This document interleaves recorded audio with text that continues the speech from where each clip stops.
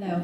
Over Over by the front desk is an agenda, so you might have to share. I only printed off, I think, 50. So, and it just kind of tells you what we're doing tonight and how we'd like this to flow.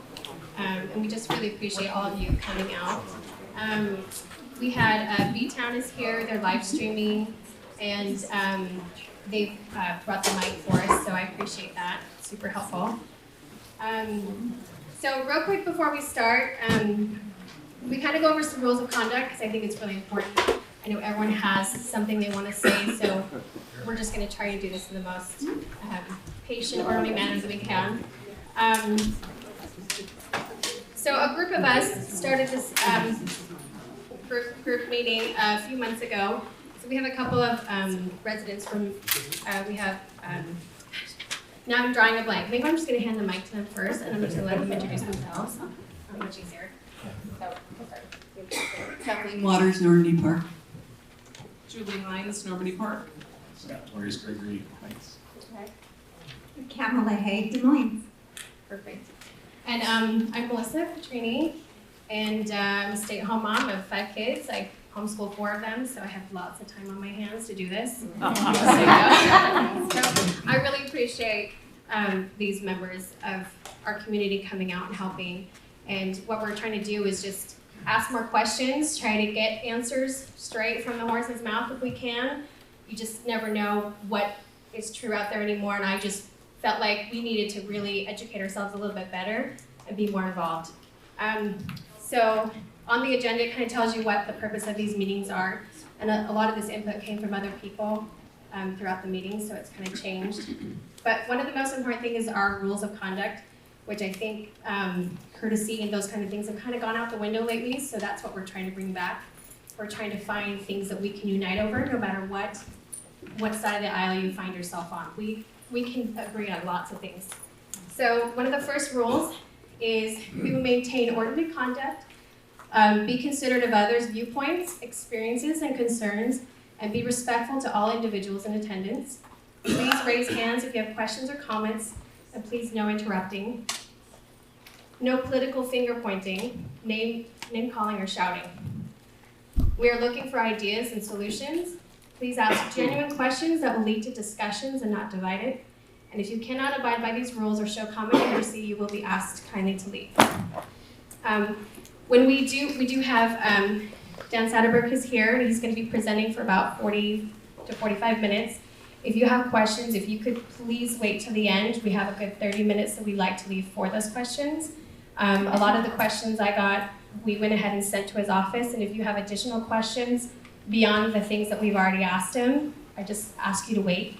And when you do get the mic, or I guess you'll have to stand up and talk loud, you're going to have about 2 minutes. So maybe before you speak, maybe say whether it's a comment or a question, but whatever it is, you need to keep it to 2 minutes because I think we have a lot of people who might have some questions. So if we can keep to that, that'd be great. I'll try and keep a timer, and I'll just kind of let you know you've got a couple of seconds left to wrap it up. Okay? So we're just going to go ahead and get started and introduce Dan Satterberg, our prosecuting attorney.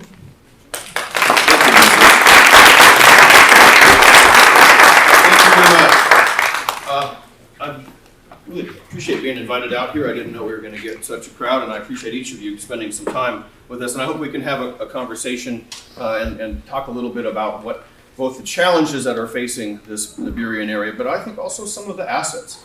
There are some community partners who have agreed to join me here tonight, and I think you need to understand what's available here. So put the mic up more to your mouth. All right. Oh, I'm in a rock and roll band. I should have known that. And so I want to hear what's on your mind as well. So the title of this slide is Criminal Justice, Community Justice, because I truly believe now, after 35 years in the prosecutor's office, that the community has a significant role. Thank you. This is Carla Lee from my office. Going to be jumping up from time to time to fix the technical things. The community has a significant role in achieving what we all want. We all want to live in a community that is safe and that is healthy, a place where we can raise our families, we can do our business, we can live our lives.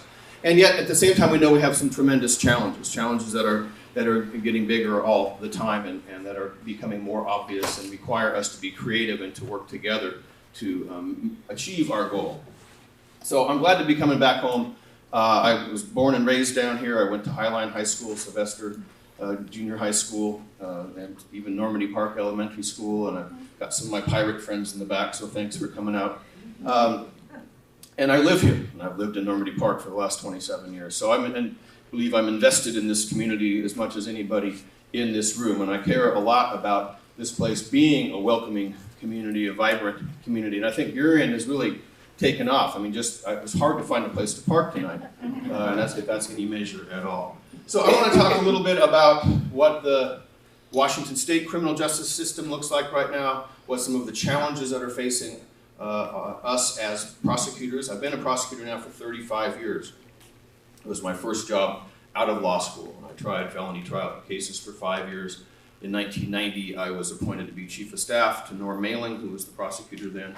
Norm died in 2007 in office, and I ran for office. Then I've been there for the last 12 years. So it's been a real privilege and an honor. It's all I've ever wanted to do is to work as a prosecutor, because I think we have the ability and the discretion and the power to try to achieve justice and in a way that other actors in the system don't have. But I've also come to believe that we can't do it alone. And that the only way we can really achieve safety and health and for our community is together. I'm going to try to push the right button. There we go. This is not an episode of Frasier. This is it's called The President. It's kind of it's like a PowerPoint, but it moves around a lot. I want to talk a little bit about one of the things that you hear.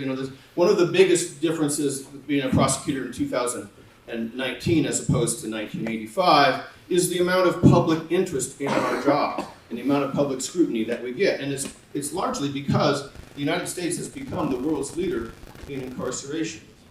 You may know that we have 5% of the world's population and 25% of the world's prisoners. We are number one in a very dubious distinction.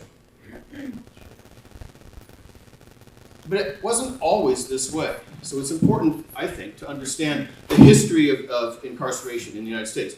For most of the time that this was a recorded statistic, from the 20s until the 70s, the rate of incarceration, which is measured by the number of people in prison per 100,000 people in the community, was about 100.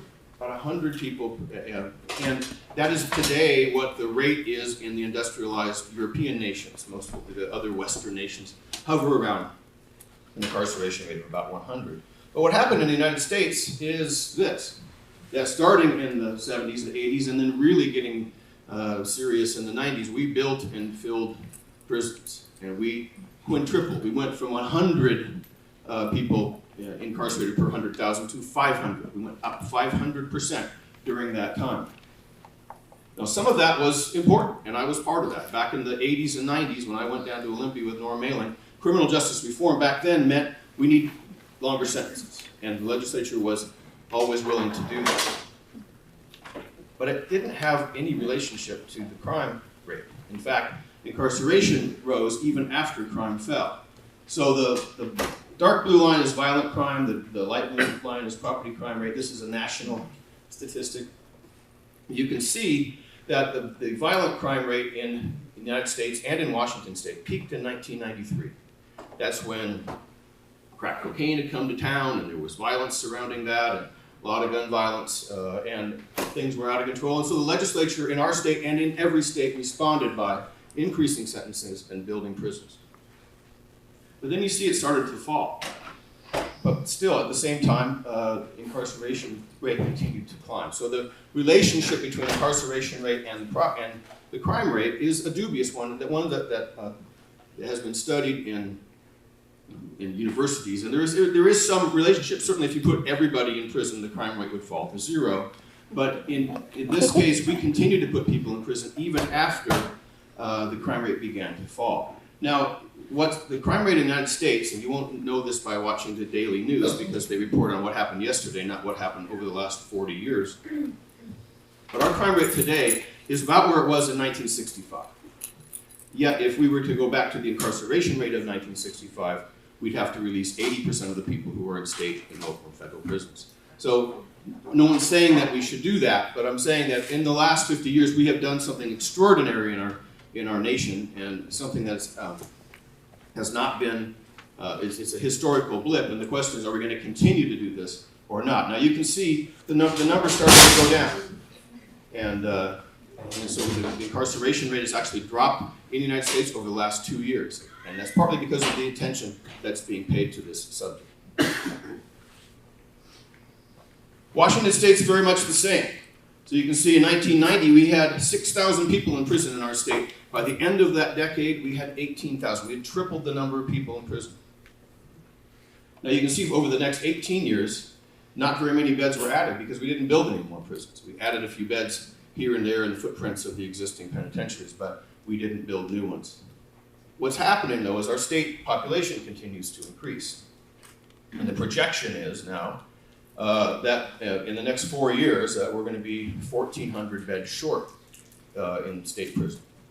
So to catch up to that, we're either going to have to spend $250 million of tax dollars to build a new empty building and then put $80 million a year into operating that, or rent beds from other states and private prisons, or figure out some way to keep people from coming back to prison so often. We have in our state, I believe, a recidivism problem that we have to deal with. So Washington State kind of has a unique situation. We don't incarcerate people even at the national average. In fact, the national average is, as I said, about 500 people. We incarcerate at 269. Oregon's more. California, where everything that could go wrong in the criminal justice system they're not even at the national average. But that's where we are. So we incarcerate, we're about 41st out of the 50 states in our rate of incarceration, yet our prisons are 110% of capacity. And nobody in Olympia wants to build a new one. So what are we going to do? Another challenge that we have, I think, is that we have over time engaged in practices that have created significant racial disproportionality in the way that our laws are enforced and the way that people are sentenced. In Washington State, where 4% of the population are African American, 18% of the people in prison are. And in Washington State, if you're an African American male, statistically you're 6 times more likely to go to prison during your lifetime. These are concerning statistics that undermine the legitimacy of the authority of the criminal justice system, the legitimacy of our laws within those communities that are most impacted by crime. And it's just something we have to accept and work on. And so one of the ways that you work on that is to embrace community groups that are trying to do something different, trying to increase the peace in communities most impacted by crime. So who's in prison in the state of Washington? Another challenge I think we have, our prisons are full, we incarcerate at very low rate, yet the people who are in prison, I think, deserve to be there. About 70% of the people that we send to prison are there for a violent crime. And if you see, we've done some things that other states haven't done yet. So in 1993, when we were at the height of that prison construction boom, 26% of inmates were there for a drug crime. Today it's 7%. So we've done things like drug court and diversion and lead, tried to figure out other things to do, because sending people to prison who have a drug addiction is a very expensive and very ineffective way to deal with their substance use disorder. But we've already done that. And a lot of states like Texas and Louisiana and Oklahoma that are just waking up to the same situation that we have, they still have populations that are 25% drug offenders. In fact, in the federal prison system, half of inmates are there for drug offenses. Where are you getting your statistics from? Well, it's all. I didn't make any of the stuff up. It's out there. This is actually from the Department of Corrections. They know who's in prison. So when I say Washington State has a recidivism problem, it's this: that 1 out of 3 people who are going to be released from prison this year, and there'll be 8,000 people released. The average length of time that a person is sentenced to prison is 2 years. So a lot of people are there for a short period of time.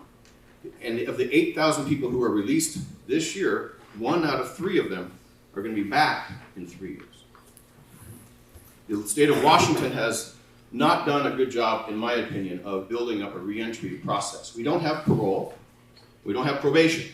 We have what we call a determinate sentencing scheme. So people are sentenced to it for a period of months. They go to do those months, and then they're released. And the typical reentry program from Washington State Prison is $40 gate money, a new set of clothes, and an ID that up till recently said Department of Corrections on it. Now we've been pressuring them to get the Department of Licensing involved so that people can get an actual state ID when they get out of prison. So that the first person they show their ID to, whether it's an employer or a police officer or a landlord, doesn't say, oh, I just got out of prison. So little steps like that. But we still, if we don't want to build that next prison, we're going to have to do something about the recidivism rate in our state. Because 1 out of 3 come back to prison in 3 years. That doesn't count the people who come back in 4 years.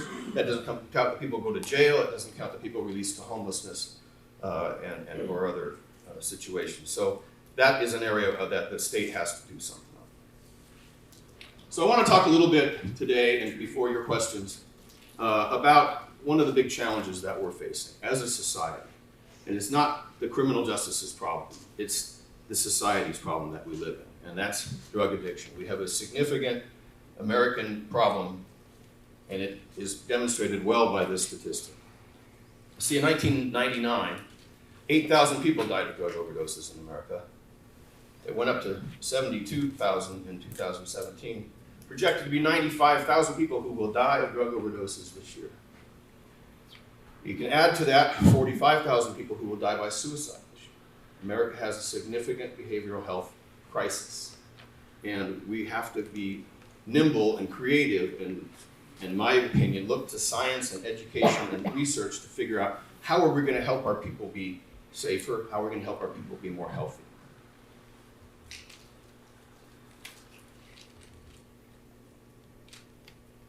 In King County, opioids are now the leading cause of overdose death.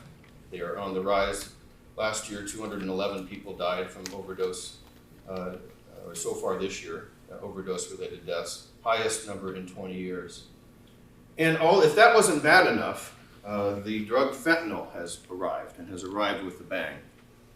See, for many years, fentanyl was a bigger issue in other parts of the United States because the heroin that we've always gotten in King County is what they call black tar heroin. It's grown and manufactured in the northwest Mexico, and it comes up here, and it's very hard to mix something with it because it's called black tar because it looks like a little piece of black tar.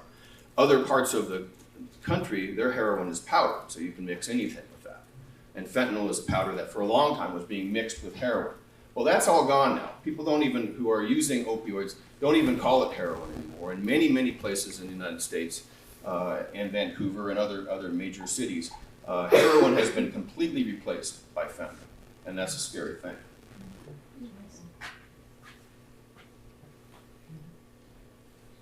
So in 2012, 6% of the nation's overdoses were due to fentanyl. Last year it was half.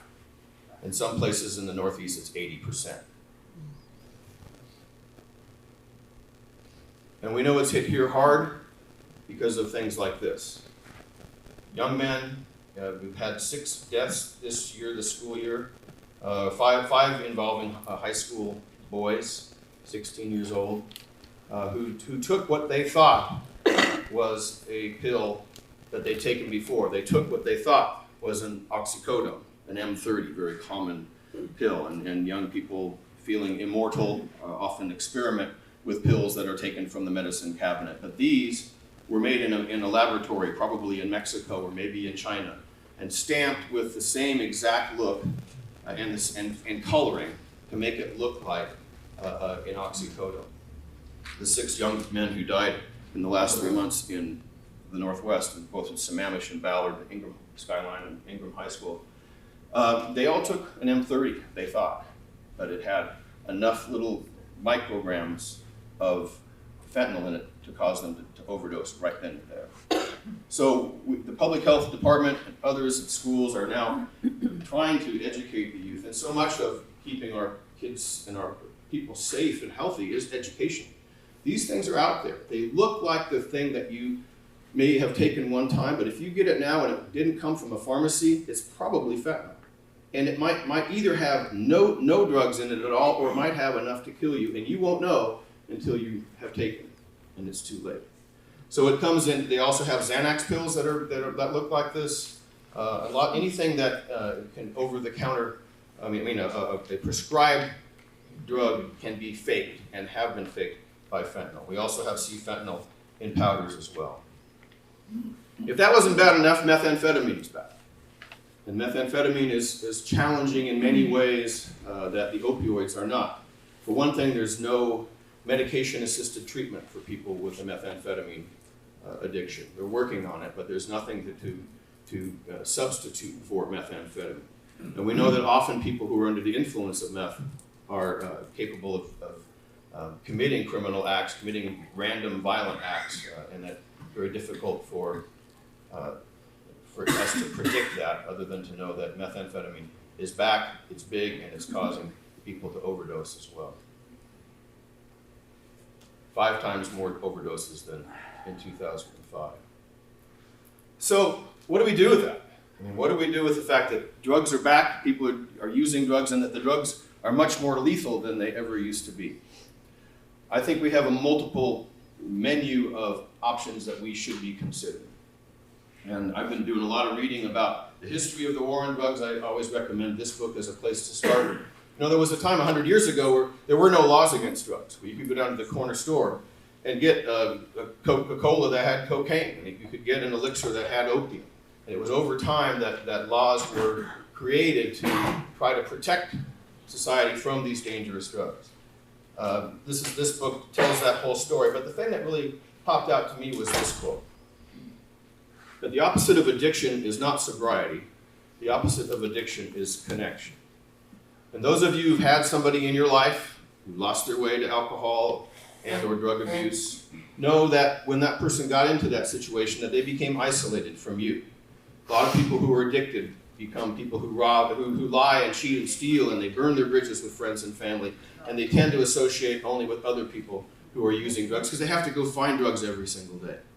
And so the idea behind this statement is that the way to bring people back from drug addiction is to create a healthy connection and to give them a helping hand and bring them back and to convince them that they are worthy of being helped.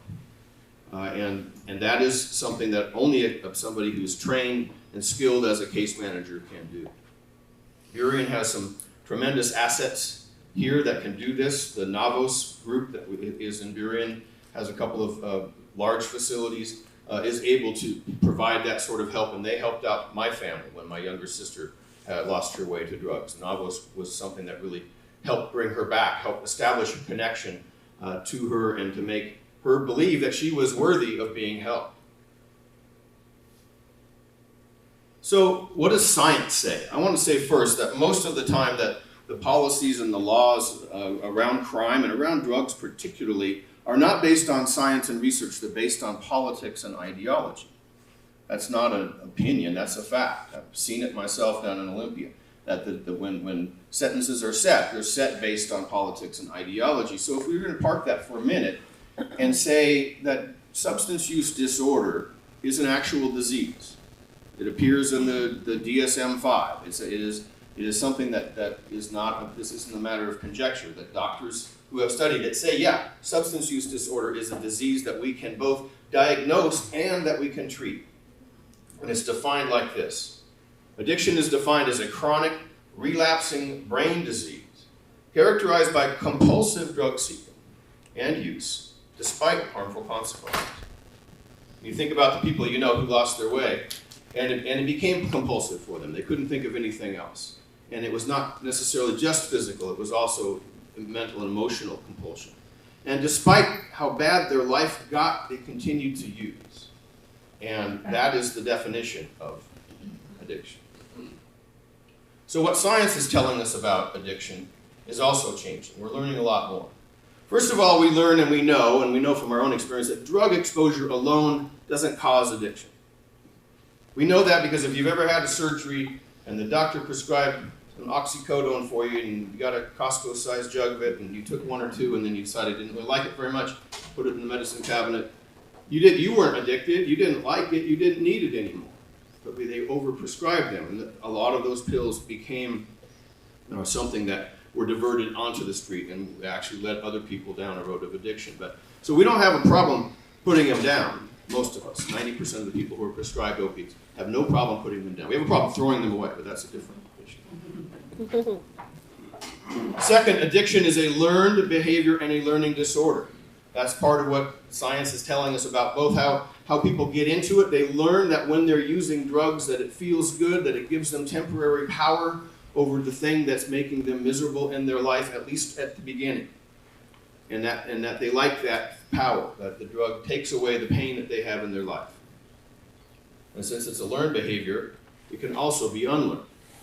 Unlearned by those connections, by bringing people back into a positive, safe environment, through harm reduction, which is a term we use to describe how we try to, through those connections and through stabilizing supports for people, that we try to get people to do less harm to themselves and thus less harm to the community. When you ask people, and we have some needle exchange programs within King County we've had since 1989, and it's a place where they do lots of surveys. And they ask the people who use the needle exchange, would you like help using less drugs? More than 80% of the people said, yes, I would like to use less drugs. If they say, would you like treatment? That makes people afraid because they don't know what treatment means. And in fact, we don't have a common definition of what that means. Is that the Salvation Army, and is that 12-step, or is that harm reduction, or what does treatment mean? But most people who are using drugs are not happy to be using drugs. It makes them miserable, it makes them sick. It makes them vulnerable and marginalized. And often it makes them impoverished and out on our streets. And they would like to use less, but they don't know how. And we have to think of how we can do that. Punishment cannot be solved by a problem defined by resistance to punishment. Remember the definition I told you? Despite harmful consequences, people still do it. Well, I'm in the harmful consequences business. I put people in jail. Yet that is not going to solve anybody's drug addiction problem. And all people learn better when treated with respect. I think we can all accept that. And yet we are oftentimes with people who are drug users, respect and dignity is sacrificed because we're mad at them. And so much of what we have to do to make our community healthier and safer is to distinguish between the people that we're mad at and the people who are really a cause of concern for our safety. And prevention programs, and this is something that's part of the education program that we have to insist happens with our youth. We've got deadly fentanyl counterfeit pills out there. We have to be able to have both positive modeling for our youth and also a message that says, people do use drugs. Mommy and daddy might want a glass of wine when they come home from work because we've had a stressful day. We've done it since human beings have walked on two legs. People have used mind-altering substances to feel better. But prevention is really about showing alternative ways to cope with stress. And our young people need to not only see that in us, but they need to understand that their stress is a normal thing, that there are other ways through athletics or through other programs or through fellowship with other people, so they're not isolated. And I think social media makes this worse, not better, that it adds stress to people's life. But stress is a normal thing. It's a physiological, neurochemical reaction to your external environment, and that yes, you don't need drugs to make it go away, that there are other ways that you can cope with it. That's an essential prevention message. So I mentioned medication-assisted treatment a while ago. For opioid addiction, this is a critical strategy.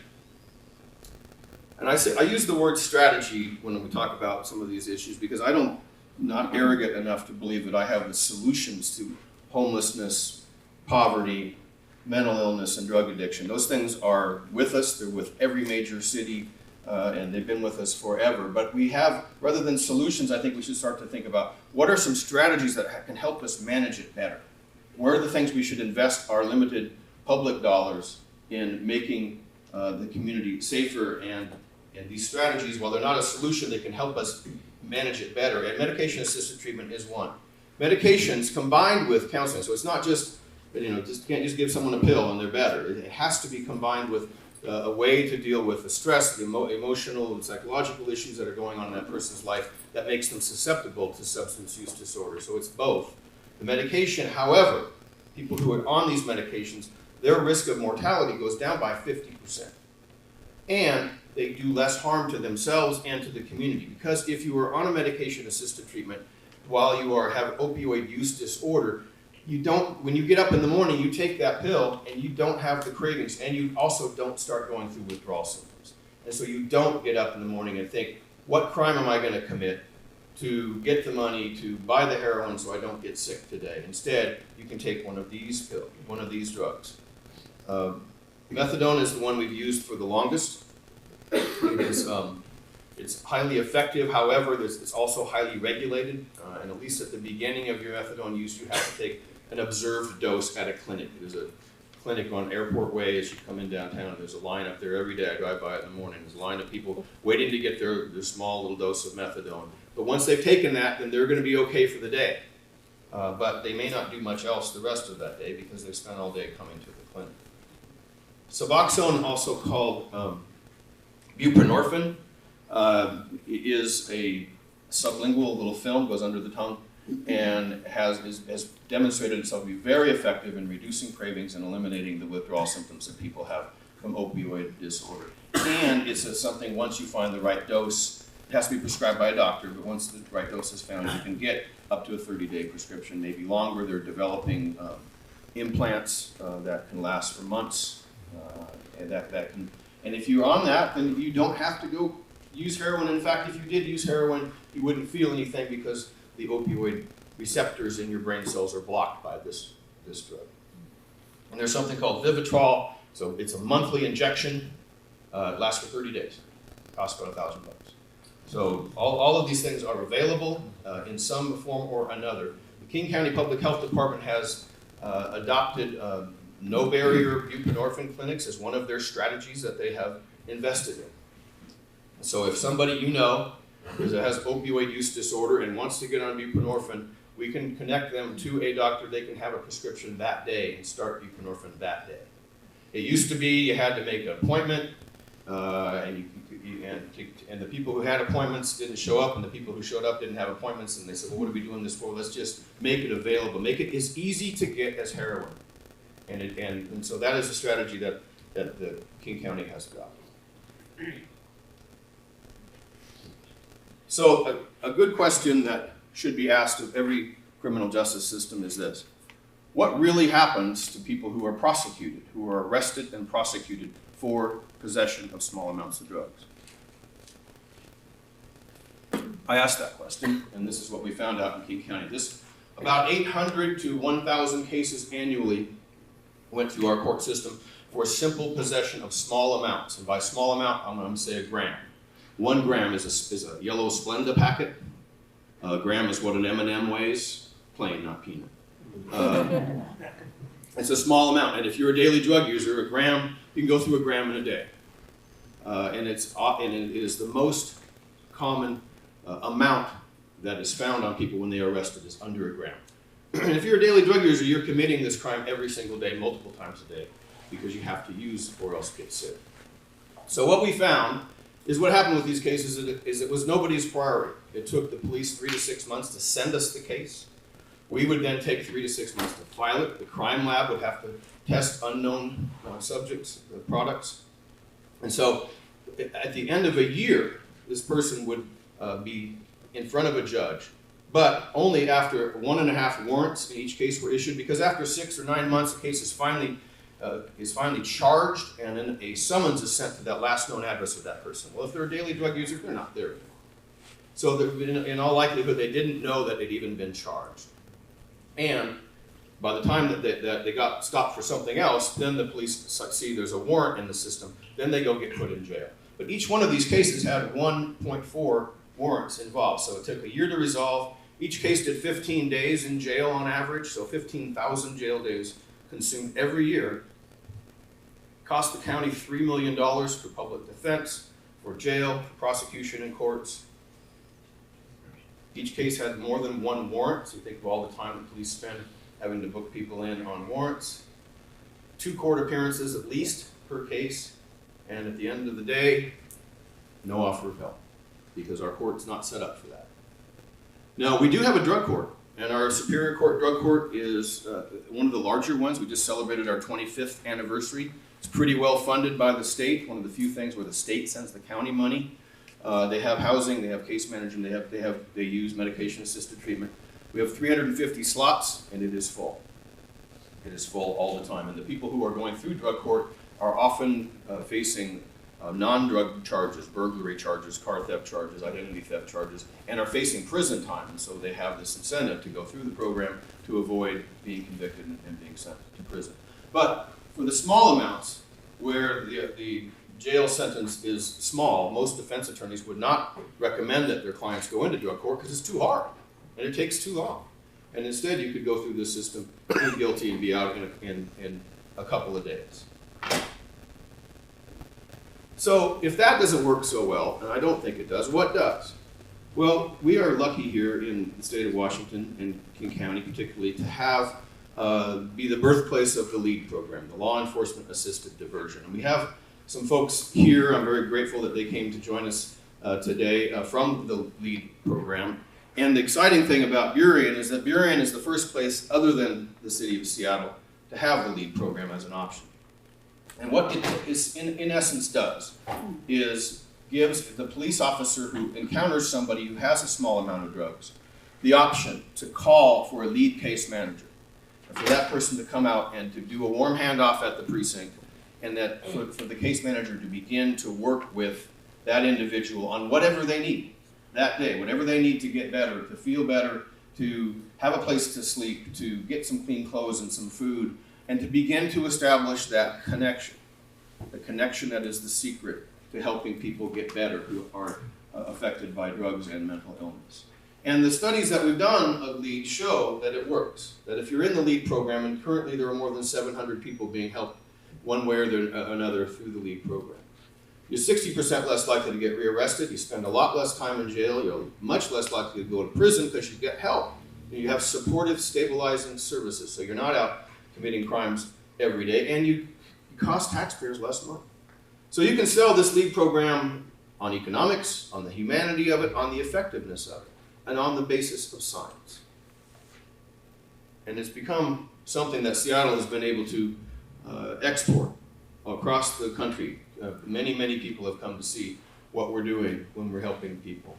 You see, every one of these communities has really three options when facing a cohort of people who are chronically homeless and have significant behavioral health issues. You can either ignore them, you can punish them, or you can help them. Those are basically the three choices you get. And we do all of those, and we've done all of those inconsistently. We're not consistent about any of it. But what we do know is that helping people actually works the best. Ignoring people doesn't work. Punishing people is very expensive and not very effective. But helping people does. And that's the essence of what the LEAD program does. Before I move from there, I wanted to introduce you. If you wouldn't mind coming up and introducing yourself to this crowd. This is our new case manager. Are you the director of? You tell them what you're doing. Project manager. Project I'm manager. Here. Johnny or Brandy to join me. Brandy, you want to stand up? You come on up here, you guys. I've asked them to come just to tell you a little bit because Burien is very lucky to have the LEAD program. It's very new. Your police department have been terrific. Chief Bo here has been a real supporter.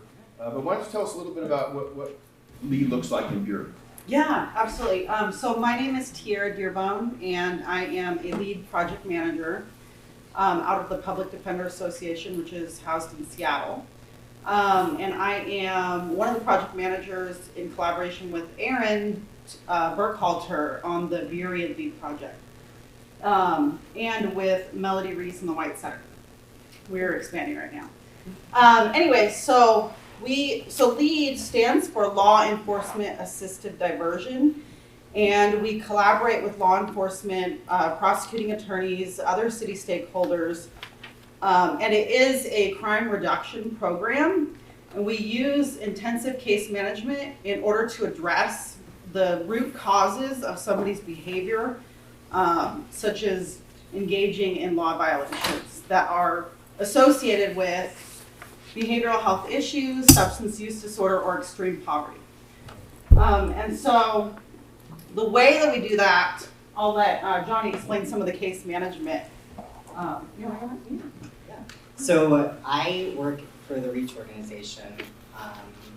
Currently, I am a supervisor on the LEAD program on the case management side of things, because LEAD, it is in essence a partnership between case management, law enforcement, and prosecution. So we work hand in hand to work towards public safety, to work towards client well-being and community well-being. Because we view all of the clients who are enrolled in LEAD as members of the community. So our whole goal is to uplift everyone. So through this, I supervise case managers down here in Burien. We currently have 36 referrals for clients. We just rolled out recently. We haven't been in Burien super long. We have 16 active clients and actively enrolled in case management services. So, I don't know. I mean, do we need to, I don't know whether I necessarily need to go into any more detail. I think I just, Brandy, would you like to say a few words about what your role is? I'll just say my name. My name is Brandy Flood. I'm the lead program manager, and so I supervise the supervisors and all the case managers on this work. And just to say that we really take a holistic approach to serving our clients. It's very client-centered, and we really move at the speed of trust with clients. And so for some people, it's not fast enough, but we have to meet the client where they're at and wrap the services around their needs. Yeah, I'll just add, they do an amazing job, absolutely amazing job.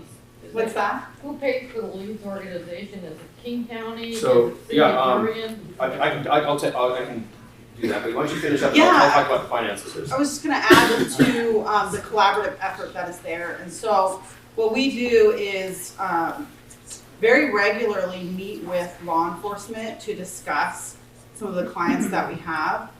We have those scheduled. We meet with law enforcement and prosecuting attorneys to discuss the progress of each lead client. And just to make sure that they are making some sort of progress, whatever that looks like for them, that is actually reducing harm caused on the community or to themselves. So we follow the progress of the client pretty closely and continuously over long term. And so then the prosecuting attorneys and the law enforcement are able to kind of see what's going on with this client, how are we reducing the person's engagement in criminal activity. And it's really cool to see that happen in these meetings because we will we'll see law enforcement like really engaged in like what is happening with this person. Sometimes they come in contact with the client more often than the case managers even. And we're able to share information that's helpful for all of us, such as like locating a particular client or informing each other of behavior that we've witnessed them engaging in. And so it really is an amazing thing that's happening, especially around the collaborative effort going on. So I'll pass it over to you. Thank you. Thank you so much. So one of the things that happens when you engage in the LEAD program is you have to waive all of your HIPAA rights. All of your medical privacy rights have to be waived so that we can talk about you. Okay. And so we call case staffings, and the police, the prosecutor, and the case managers will meet every other week and talk about the people who are in the LEAD program, how they're doing, did they pick up a new charge, or what are we going to do with them. We make informed decisions about what's in the best interest of their recovery so that we don't unwittingly, say, file a charge when someone's about to get a bed date someplace and then knock them out with that priority. So we're trying to support the incremental progress that the case managers are making. Now, one of the things that's really important, though, is that when the police call for help, that somebody answers the phone. And so in Burien, when the police officers call at midnight or 1 or 2 o'clock, they're going to talk to this guy or one of his friends. Dominique, going to come up here a second? So this Dominique Davis, who is the CEO, chair, president, whatever your title is, of Community Passageways. Community Passageways is a Burien located full service group. They work with young people and they do a tremendous amount of work. But you're also going to answer the phone in the middle of the night when the police call. You want to tell us a little bit about Community Passageways first, about what you're doing here in Burien, and then your role in this. Gotcha. Thank you. My name is Dominique Davis. I am the CEO and founder of an organization called Community Passageways. Community Passageways is a felony diversion program. The first of its kind that I know of. I couldn't find anybody that could tell me how to start a felony diversion program 3 or 4 years ago when I decided to do it. I searched around the country. I had UW interns helping me try, and I couldn't find anybody to help me do it. So we just created it, and we figured it out in collaboration with Dan and Carla Lee and the PAO. They were very supportive and they thought it was a great idea. And so what we did was able to have young people referred to us through the PAO, through DPD, Department of Public Defense, through King County probation officers, through some judges, and through community. And people get referred to us, young people from 13 to 27 years old get referred to us that are facing criminal offenses, serious criminal offenses, mostly gun charges, right? And so my motto is, nobody's a throwaway. None of our kids are throwaway kids. We don't give up on our young people. And so we got together with the system folks and with community folks and with some employers and some therapeutic health people. And at the end of the day, we put a whole village in a collaboration of organizations together, and we work together to keep these young people, get them back in school, get them a job, get them job training, get them housing, get them whatever they need, their basic needs met, and then help them with leadership development. Can you guys stand up? Come here. I got a couple of my young brothers with me, so I'm gonna put them on the job.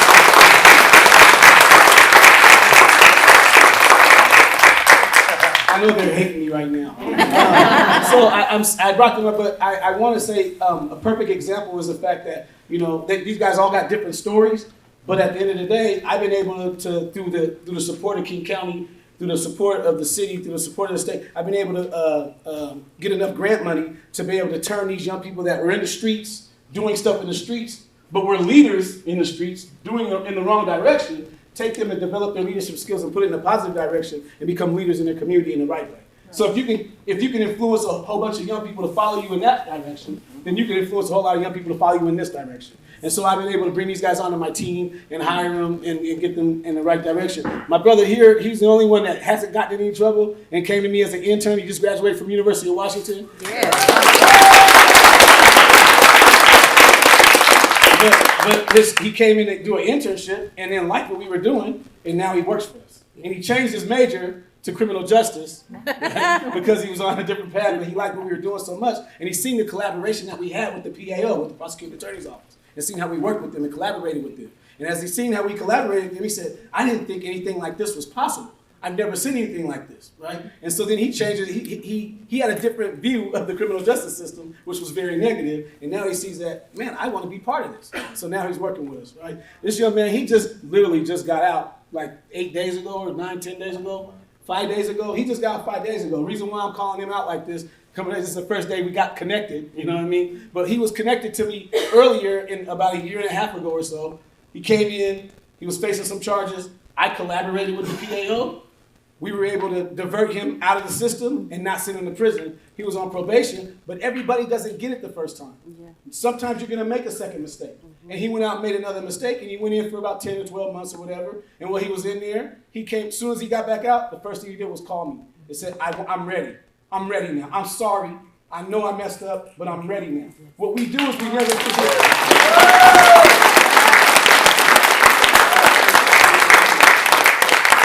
So I'm saying that to say, and this brother, he's been rocking with me since he was a little kid. I've been coaching him in football, track, and everything else. Him and his older brother and everything. And I literally just lost track of him, and he got out here and got in the mix. And I got my ear to the street all the time. And so knew he was getting in some trouble. As soon as I see him on the corner, I snatched him by his collar. And so he's been rocking with me ever since, and I've been doing the best I can to keep him out of trouble and keep him out of the way. And now he's working for me now. And so now I got a couple of these guys working for me, and I'm gonna get this guy trained up to start working for me. And now they're gonna be collaborating with the PAO and doing some work with the Prosecutor Attorney's Office. Going to law school and So now, he asked me to say something about the lead part. So what we did was we collaborated with Lead. Lead been at the table with us. We got the contract now. We'll be out here in Burien doing 12 a.m. to 8 a.m. shifts, taking the phone calls in the middle of the night with the law enforcement coming in and being not case managers yet, but being that connector that'll come out, connect with the person, give them the information, make sure they get their needs met, and get them to the place that they need to get to in order to get the services that they need to get. And so I'm excited about that, and we're just now starting that process. I hired 2 more brothers that are going to be doing that work with us. He's one of the brothers that in the Grace Festival, the UW graduate. He's going to be one of them doing it. So we're empowering people is what we're doing. The answer is in the community. As long as systems come alongside with the community, and we can work and collaborate with each other the way we do, that's the answer. The system trusting the community trusting the system, and the answer is in the community, healing the community. Thank you.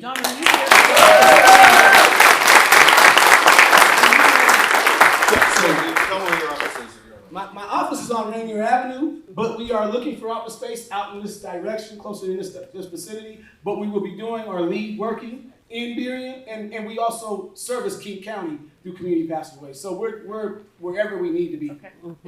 So it made sense because he never sleeps. You asked about money. So the LEAD program is funded from a variety of sources. We started with private foundation money that all left town.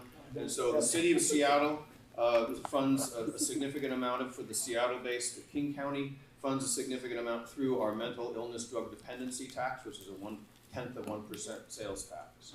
And so the expansion to Burien was something that the county council approved last year. I know that people in Kent and Auburn and Renton would also like to have this option for the police. Once the police get trained in it, they realize it's really up to them to decide when to call for somebody to come help and when not. It's another tool that the police have, which is why they tend to be very enthusiastic supporters. It seems like a lot of people here at this meeting have like hello tickets on or badges on.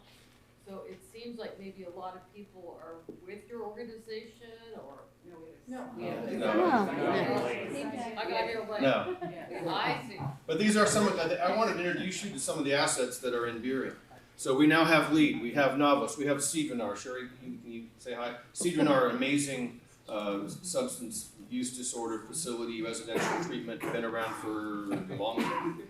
51 years. You haven't been there the whole time. Yeah, the whole time. Okay. Anyway, it's a tremendous facility that helps to save lives as well. And I put some of the other ones. We have Novus. We have a new community court that's happening in the court here, and many of the drug cases that remain in the system will be filed into that community court. What happens there is you come to the court and there are service providers right there waiting to help. So the whole point is to make a connection between the community. Community justice to me means the criminal system sharing power and problems with the community that has better answers. You know, these complicated social problems come to the prosecutor's office, they come to the court system and to the jail, not because we're the best option, but because we're the only option in many cases. And so to make our community safer and healthier, we have to empower community organizations to work together with police who can make connections that make people get better, that help people connect to the life that they had before they lost it. So with that, I appreciate your time and attention, and I'm happy to take any questions for as long as Melissa says we have the room. And so thank you. Thank you. Thank you.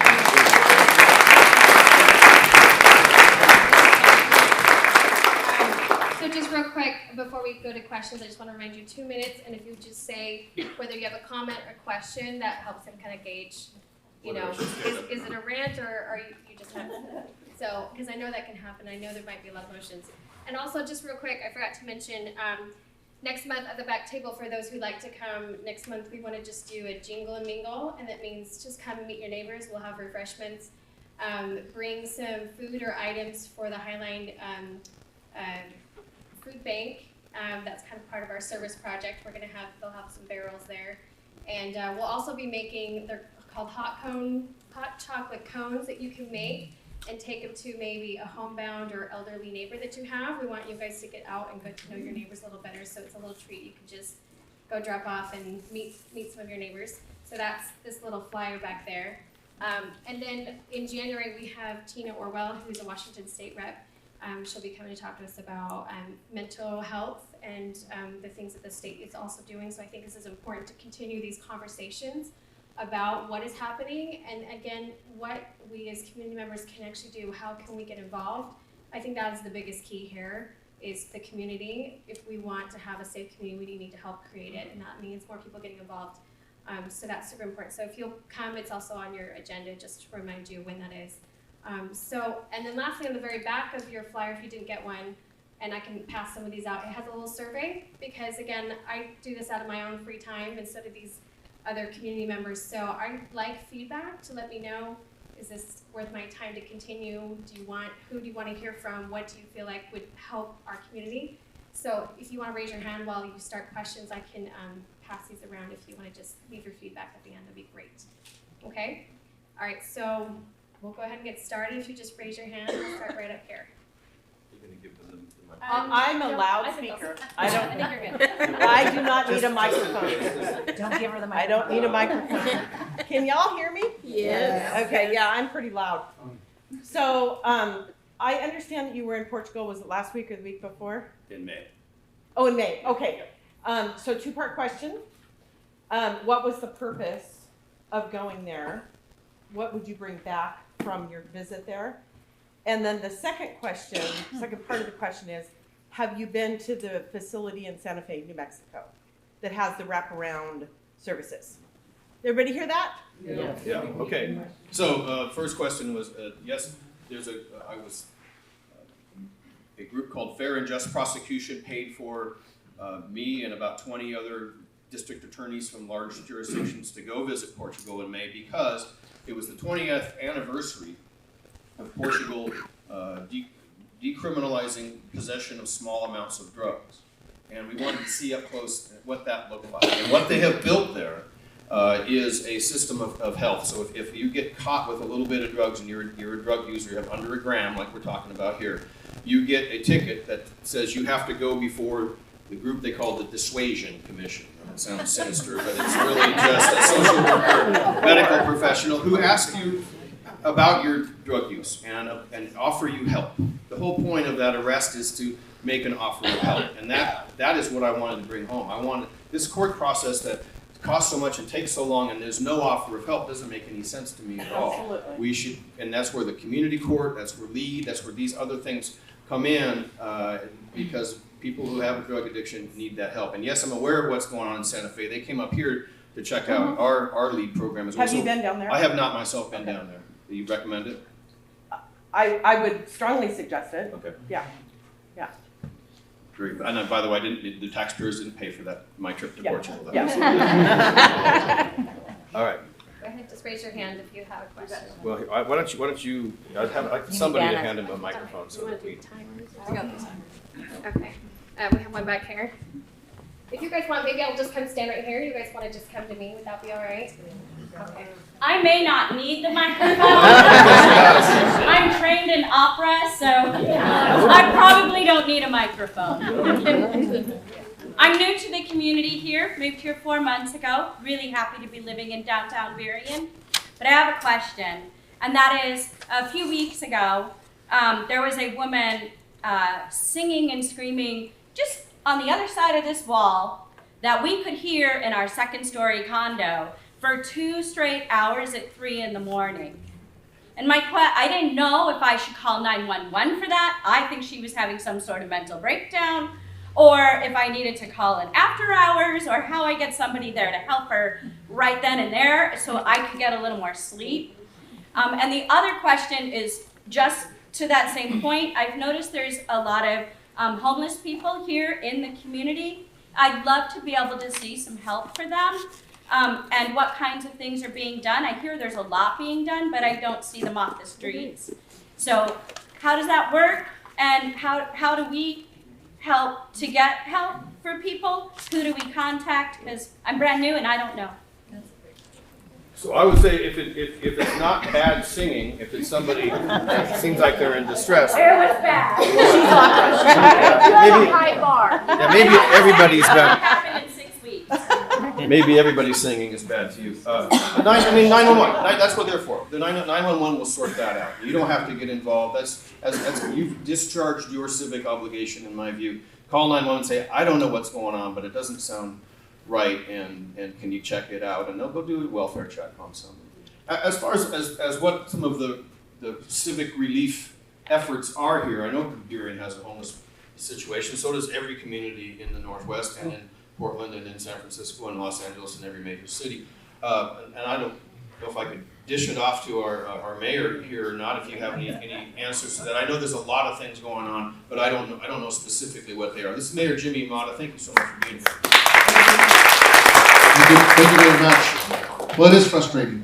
You know, it's something that we've dealt with the parks and making sure that you can't camp at the park. But there's one thing with having somebody. We're in the United States of America. This is not China. This is not Cuba. This is not Venezuela, right? I mean, we have constitutional rights, regardless if you don't want them to have it. Okay, so we can't just round people up because they're homeless and put them in. They have to be either a threat to someone or a threat to themselves. And we've had some situations here, like Safeway. I'm glad that Safeway stepped up. Our police department stepped up. We're going after drugs. We're going after behavior it's not gonna be acceptable in Burien, like the graffiti. 24 hours, look, if you see graffiti up, send an email to the city, call the city, 24 hours to get that down. And so we need it because you see this graffiti, you could have saved a life if you called instead of driving by. So, we're combating that on an bomb. We got several areas that are hot. But with the homeless, situation that we have, right? We have the LEAD program. We have, our human rights director goes out there and makes sure that they have a navigation team. We have the community court. On Mondays, we refer people. In fact, I got an email because I was over at Fred Meyer's, seen an individual. I said, you can get some help. And he sent, a message saying, hey, thank you very much. And he ended up, getting some help. So we have some individual, in fact, here, they have the red tent on Saturdays where they feed the homeless. And there's a particular story that I really want to share is that this individual finally got his life together and is working over at Burger King. So there's only so much we can do, but we got to be careful to not violate people's constitutional rights. So again, I was just in China. Their economy's thriving, but I got to tell you, I'm so happy that I was born in the United States and then I'm an American. So the only way we're going to be able to combat this, make sure that we come back and we come together as a community. This even your presentation today, sharing some of that presentation. I'm frustrated too, right? Like my dad died of a drug overdose in Burien, and we had to battle it all the time. And so I get conflicted because I remember when he would get jailed, he'd be able to be a father. But then it's like, he's going to go spend the night at his friend's house who's a drug addict. So I know he's going to be back on drugs. And he died at 48, and it was a relief for the family. It was more a relief for me because I'm the oldest male. People are struggling. I have an alcoholic uncle. We're trying to get him help. But people have to want help. We can't force help, right? And that's why I think we get frustrated as a community because we want to be able to grab them and put them in treatment, in a forced treatment. We just can't do that. It's still America. Thank you. Thank you, Ms. Mary. Are you loud or do you want a mic? I don't need a mic. Okay. My question is about finances. In a perfect world, in terms of the jurisdiction you cover, and you consider the assets that you have and the money that you have to budget for the LEAD program, how much money would you think it would cost to fully finance everything you would do with the LEAD program for all of your potential customers, so to speak? What would that look like? Good question about taking this to scale. Like I said, we've helped about 700 people or so at any one time in the LEAD program.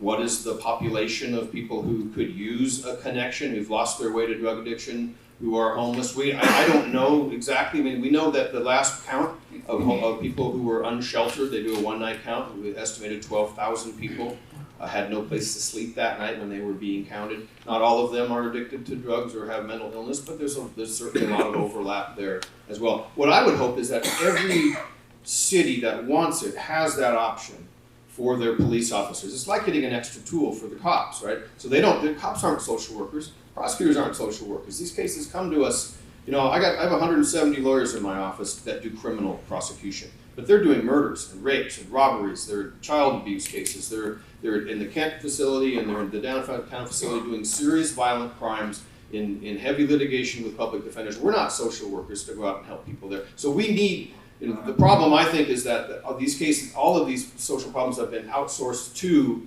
the criminal justice system and to law enforcement, and we're not equipped. We don't have the skills, the patience, the time to do it. So take the we're going to spend about $9 million total, I think, on LEAD by the end of this year. The city council is going to put in some more because Seattle's got some unmet needs as well. LEAD isn't throughout the whole city. So I don't know what it is. I know what we're spending now is not enough. But I don't think we're overreacting to the homeless crisis. I think we're underreacting to it. I mean, the solution to homelessness it's not rocket science. It's a home. It's a place to live, and it can be emergency shelter. It can be transitional housing. It can be groups. There's lots of different ways to do it. But leaving people out, unsheltered, alone, and vulnerable, particularly for women, so dangerous. And the LEAD folks do a lot of outreach to people and are trying to help women who get forced into sex work in order to maintain their drug habit. Those are really complicated but really worthy people to work with. And so whatever we're doing right now isn't enough, And you can always go back and say, well, we can spend the money smarter. What I'm saying as a representative of the prosecutor's office is that the criminal legal system cannot fix this issue alone. We need to work together with the community. And so much of my work has been in the last 8 years when I've been part of the LEAD program is to go out and try to get money so that we can hire more case managers. One of the things that makes LEAD work is that each case manager is ideally supposed to have 25 clients. And so if you want to help 100 more people, you got to find and hire 4 really good case managers and supervise them and give them the resources that they need. So this, you can figure out how much this costs. The question is, how many people do you want to help? But we're a creative, affluent community, and if we can't do it here, it can't be done. Yes. I'm curious about the drug court and what the differences are between the LEAD program and the drug court. I don't know if this is working. So drug court, you get charged with a felony. Most of the people who are in drug court, and I mentioned there's 350 people being helped at any one time, most of them are facing several years in prison, and they have case managers, they have medication-assisted treatment, but ultimately to graduate from drug court and get your case dismissed, you have to have cleaned your analysis for up to a year, somewhere between 6 months or a year, where demonstrably you're not using drugs anymore. So it is an abstinence goal at the end of drug court. It's a very successful program, 25 years, it's helped a lot of people, but it's one of 25 things that we need, and it's full right now. So why not expand that as opposed to create a whole different So you could, well, we could expand drug court. It's an expensive model. Anytime you put court at the end of something, you hire a bunch of lawyers and judges and people who fail, who get terminated from the program, do go to prison for a long period of time. It is successful. It is at its maximum capacity right now. So it's going to be, to double it would be probably another $10 million or so. So there are finite resources that we're all begging for, but that is one of the programs that I think works, but we need a whole bunch of options. Yes, sir. I just have a comment. I'm a combat veteran. I'm a 35-year veteran at Folsom Prison. My wife is a former acting warden. And, tonight there's a 24-year-old that's running around. They're trying to find him. He may be a serious murder suspect for the Lakewood convenience store murder of an innocent lady. And they can't find him because he's on the loose. He's been convicted 16 times since he was 18, an adult. And I'm wondering why he was allowed 16 convictions, and now, until the point, it's most likely they're going to find that he did murder an innocent, law-abiding citizen.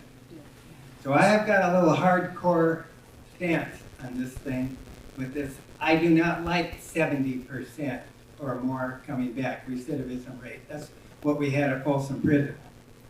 I could tell so many war stories where prisoners told me, Sergeant Stafford, you will never see me back here again. I learned my lesson. 90 days later, they were on the steps getting off the bus. I said, don't ask me for anything. I want to see hard-nosed prosecution, and I want to see them stick and right away. Because to me, 100 or 1,000 honest, tax-paying, law-abiding citizens' life is worth those being in prison. When I walked in here tonight, my wife and I came in here, and there's 2 transients outside this building and 1 urinating on the wall. And I said, look at that.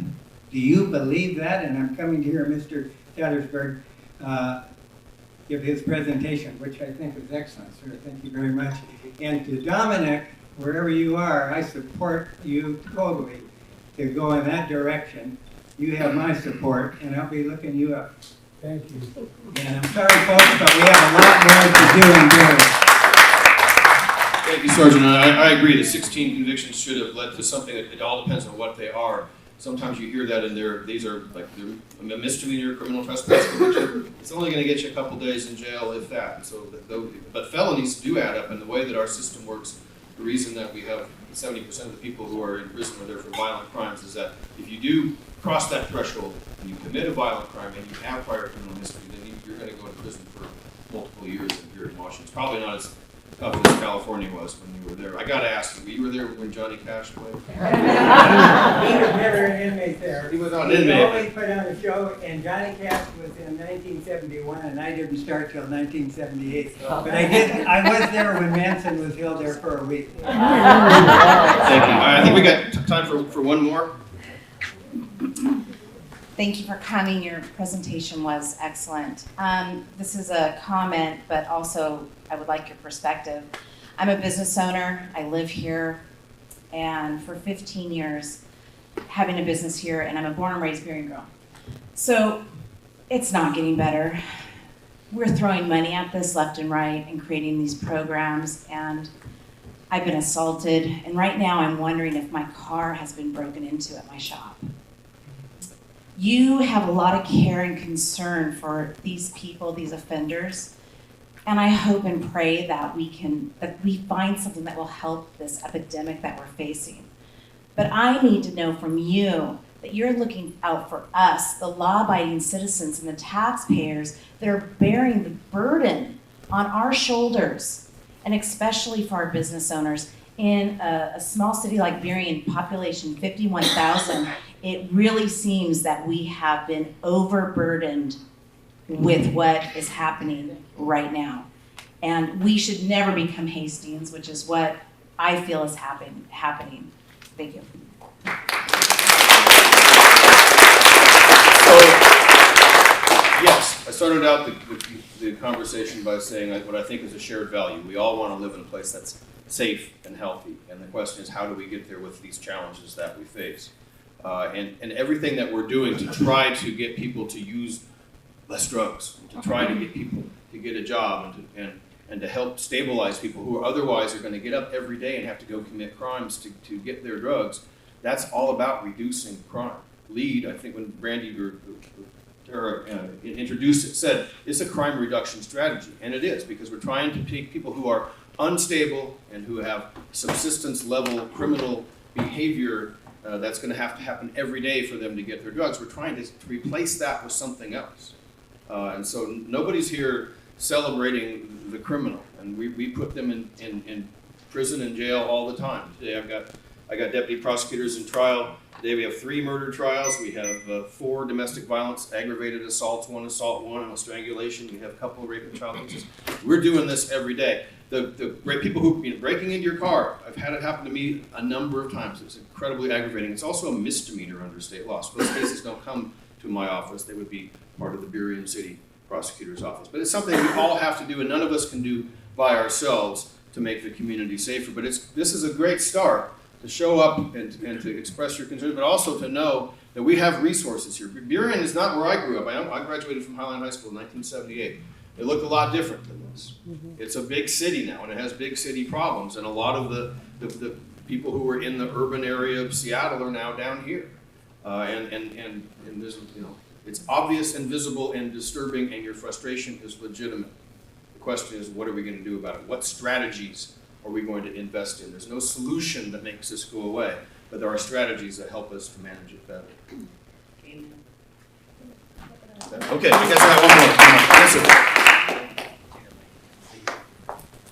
My name is Matthew Cote. I'm local business owner, and I wanted to speak onto your point. 16 times, super frustrating, and Dan, very impressed with your track record. I'm so thankful to finally be able to hear you. Thank you for setting this up, Melissa. This is super awesome. 16 times, and that sounds like, I hear a lot of, what can you do for us? I can offer, we're always hiring, and this gentleman is looking to place people, and I'm gonna run over there before you leave, and I'm gonna introduce myself, and I'm very thankful that you guys put this together, so I have the opportunity to meet this gentleman and hire these people and do something.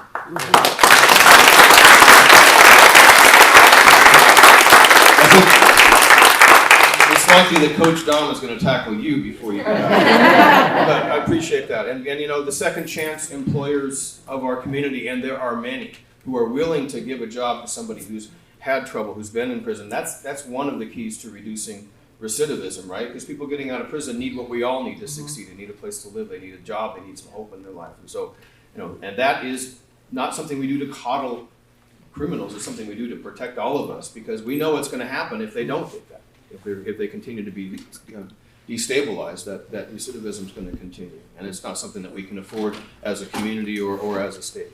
Dan, do you mind if I just say one thing? Yes.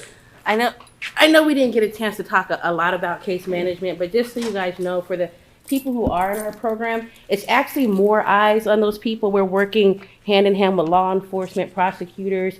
When we know folks that are giving businesses problems, we try to meet with the business owners and really talk about the plan around them, and it holds them accountable to the whole community. And when they're able to feel that sense of community, they hold themselves accountable as well. You know, we'll find them running up to Detective Mandela talking about, ooh, I did make it to that interview they set me up with. You know, ooh, this did happen. I think right now we've already been able to help one person that's through community court and lead get a job working downtown, and through that job he may even be able to get housing. So those folks, there's way more eyes on them than if they weren't touched by any of us. That's a good point. You've multiplied the law enforcement eyes by having all of the other people who know them and know and communicate. That's the secret of this, is that we talk about these people behind their back. They signed the release. On a related matter, I don't know if this is true. I hear there's some sort of insurance for people who hire people who have convictions or are trying to recover from drugs. Is that true? So the question is there some sort of insurance for second chance employers? I know that in the federal probation system, you can get federal tax credits and you can be insured against loss. But you have to go through the federal probation system. It's different folks and smaller numbers. And that's only for 100+ employees. If you have 100+, okay, yeah, thank you. We participated in it after we were able to after 100 employees. It's not for small businesses. No. Yes, sir. Hi, you invited neighboring communities, and I will admit that we slid up from Federal Way. So recently, we had a public safety meeting and a presentation from our police chief, and he said that his crime analysts had determined that 90% of the crime that we see in our city is directly related to the drug problem, the drug addiction, the drug epidemic that we're experiencing. During the title on the presentation kind of caught our eyes because it says understanding the justice, criminal, and prosecution process.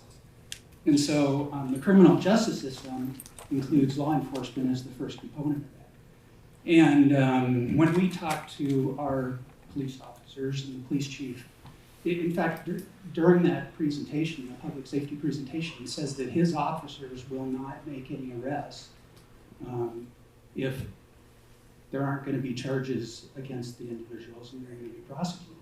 And so there's a triangle, a balance, if you will, and you're right in the middle of that, you know, between corrections and law enforcement.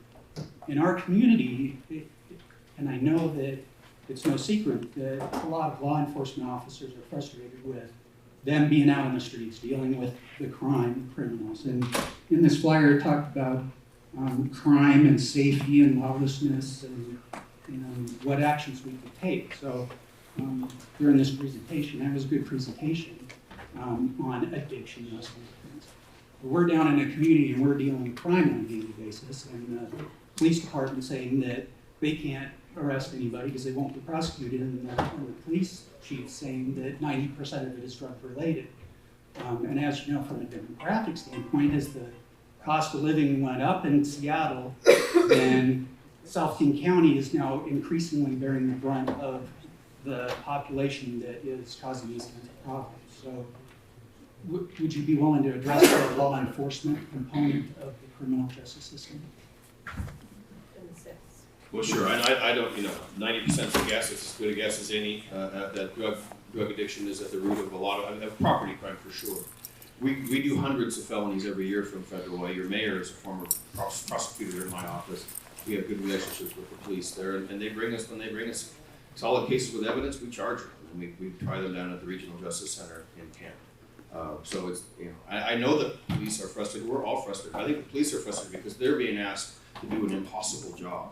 They're being asked to do a social worker's job without any social worker resources. And so many of the crimes that they're arresting people for are the lowest level crime. They're the misdemeanor quality of life crime that they know the courts aren't going to have any time for. I'm sure the municipal court of Federal Way, they have a huge volume of cases that they see, and that nobody gets, by law, if it's a misdemeanor, you can't get more than 90 days in jail, and I doubt very many times people get 90 days in jail, and that's how you get that multiple convictions, and yet you're still out here.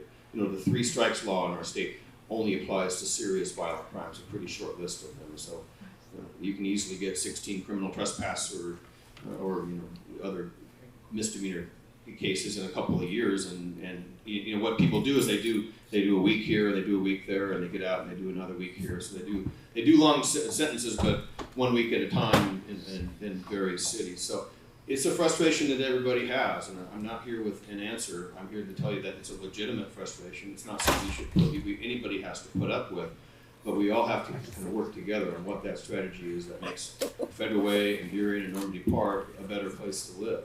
And part of it is looking out for each other. It's calling 911 when you see somebody poking around a car that doesn't look like they own it. And we have to be the eyes and ears of the police as well. That's all I have to say.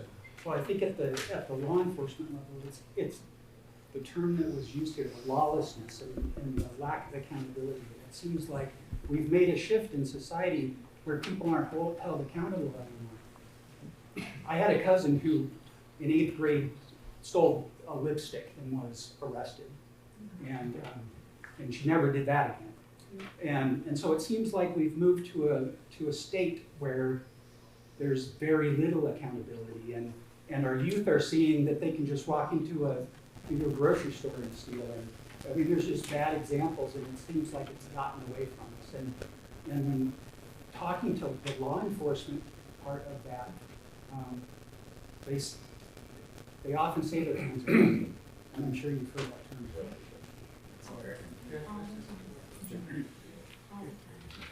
I can tell, at least I can speak for Burien, but there was an arrest made of 2 individuals that were spray painting walls. One of them was a 17-year-old kid who had a second gun charge. So if anybody in the city of Burien has a police officer telling them that their hands are tied because the council doesn't want to prosecute or doesn't want to do anything against lawlessness, I'd like to know their name. I'd like you to email it here, because we're not going to tolerate behavior that way, right? We only have so many cops. Well, it costs $250 to $275 a day to jail someone, $7,000 a month. Okay, so we have to use the LEAD program, because if we don't use LEAD programs, or if we don't use diversion programs, it's going to break us as a city. But we also look there's some people that we're going to lock up, and I heard the community members when I was told, hey, there's major graffiti, and I went out and looked at it, and the next day I was there, and it was like back in our face. So there was some money that was spent on making sure we had undercover police officers, making sure that we have tools that are used in law enforcement to crack down on that. Safeway, likewise, we know we got issues at the other Safeway, but we're not the only Safeway. There was a shooting here, one of our neighboring cities. So, but the one thing I want to make sure that people, and this is businesses, if you do hear that, I want to hear from the police officers, right? Because sometimes, they're human beings too, right? They're frustrated. So it may be something that they're just repeating, but I've heard it before, and we want to know who the officers are, and we want to talk to their boss, because there's one thing that we need to, there's one thing, look, I know the lady that was shot here on First Avenue, known her for 20 years. The young lady that was shot, the 13-year-old. So there is some things that we're going to have to use the hammer, some behavior which can't accept. So I would ask you, see graffiti, homelessness, if there's somebody that's being violent, call 911. If you're at the store, you see something that you don't think is right, call 911. We do have to go by priorities. We don't have enough funding for cops right now. And we got to figure out, is that something we're going to go back to the community and ask for another tax again? Yes. Yeah, so that's a discussion we're going to start next year with the blessing of the council. But at the same time, if we fund the police department, we got to figure out how to fund more prosecutors and more jail space. right? Because he just saw the map of how many beds we're gonna need. So it's not something we can just change over. We can have 100 cops on the streets, but if we don't have enough prosecutors to prosecute, where are we gonna hold them?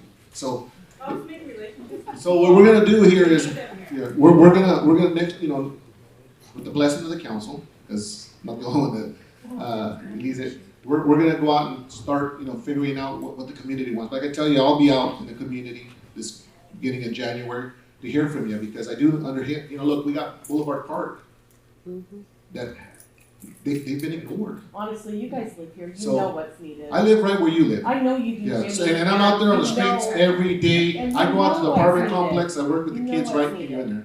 So, just want to let you know, we're trying to do the best we can with what we have. We've set some operations, and we know that right now we've been able to bring down the issues that we had with the gangs.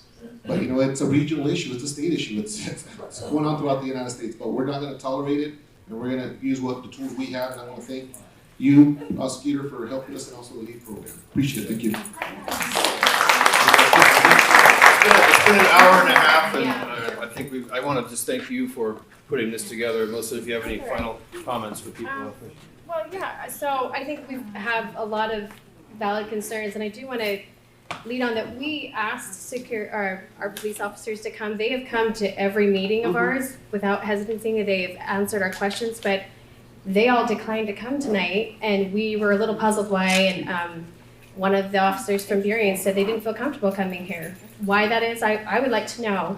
I know that a lot of you probably saw the Seattle's Dying video. That's kind of what started a lot of these, underbelly frustrations to come out. And some of the officers said they saw it and said they absolutely agreed with it. And a lot of the officers anonymously made comments on there. And in fact, some of the questions that I was able to send to your office came from officers who did not want to come forward. So I think that's a really important thing to talk about, is that our officers do feel undervalued and hands tied and things like that. So we need to know what we can do as citizens to empower them. I know some of the officers have said, like I said, every time you see something, call your dispatch, call, maybe not 911 unless it's an emergency. I think there's like local dispatch numbers you can call. I have one on my speed dial just in case. Report everything to the stores that you go to every time, and tell those stores like Fred Meyer and Safeway, I'm not gonna shop here anymore unless I see security. I wanna feel safe. I don't wanna be, gouged at the checkout because someone else just walked out with a full, thing of groceries. That's frustrating.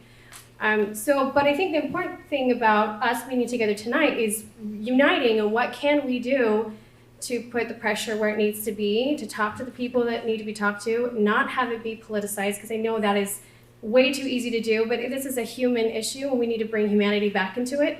And I sympathize with the people on the streets. I have a brother-in-law myself who's homeless on the streets from drug abuse, and I think everyone could probably raise their hand. You probably know someone on the streets, family, friend, someone. I think we're all affected by it. So the question is, what are we going to do about it? And I'd like to continue these conversations and get your input. And I'm so grateful that you guys came here tonight. If for those who came, I would love to get your information. I'd like to put together recaps for all the people who didn't come, to get your information, to pass that on. Businesses that want to help, like this is what we need to be doing, is everyone needs to start raising their hand. I want to do something. What can I do? And I love that. Do you have one last question? Yeah. Haven't you effectively legalized heroin by not prosecuting? You asked earlier a question, do I think that your dissuasion groups sounds like it's getting down? I think they sound preferable to being prosecuted for possession of heroin. And I think that it sounds like you effectively decriminalized and made legal heroin possession. So what I demonstrated was the futility of putting people into the court system for tiny amounts of drugs if the system is not set up to help people. We're trying to change that by making the goal of going into that system to be one of help. We're putting cases into the community court now as an example of getting this. So putting people into a system that takes a year to resolve, that issues 1.5 warrants for case and charges and costs taxpayers $3 million a year for no offer of help. That's what I'm trying to stop. I'm trying to create a system of help and not just a system of harassment for the people who are the most vulnerable people who have an addiction, who have a disease. Let's help them and not just use the jail as the one and only thing that we have. Citizens being attacked at the most vulnerable. I would not figure it.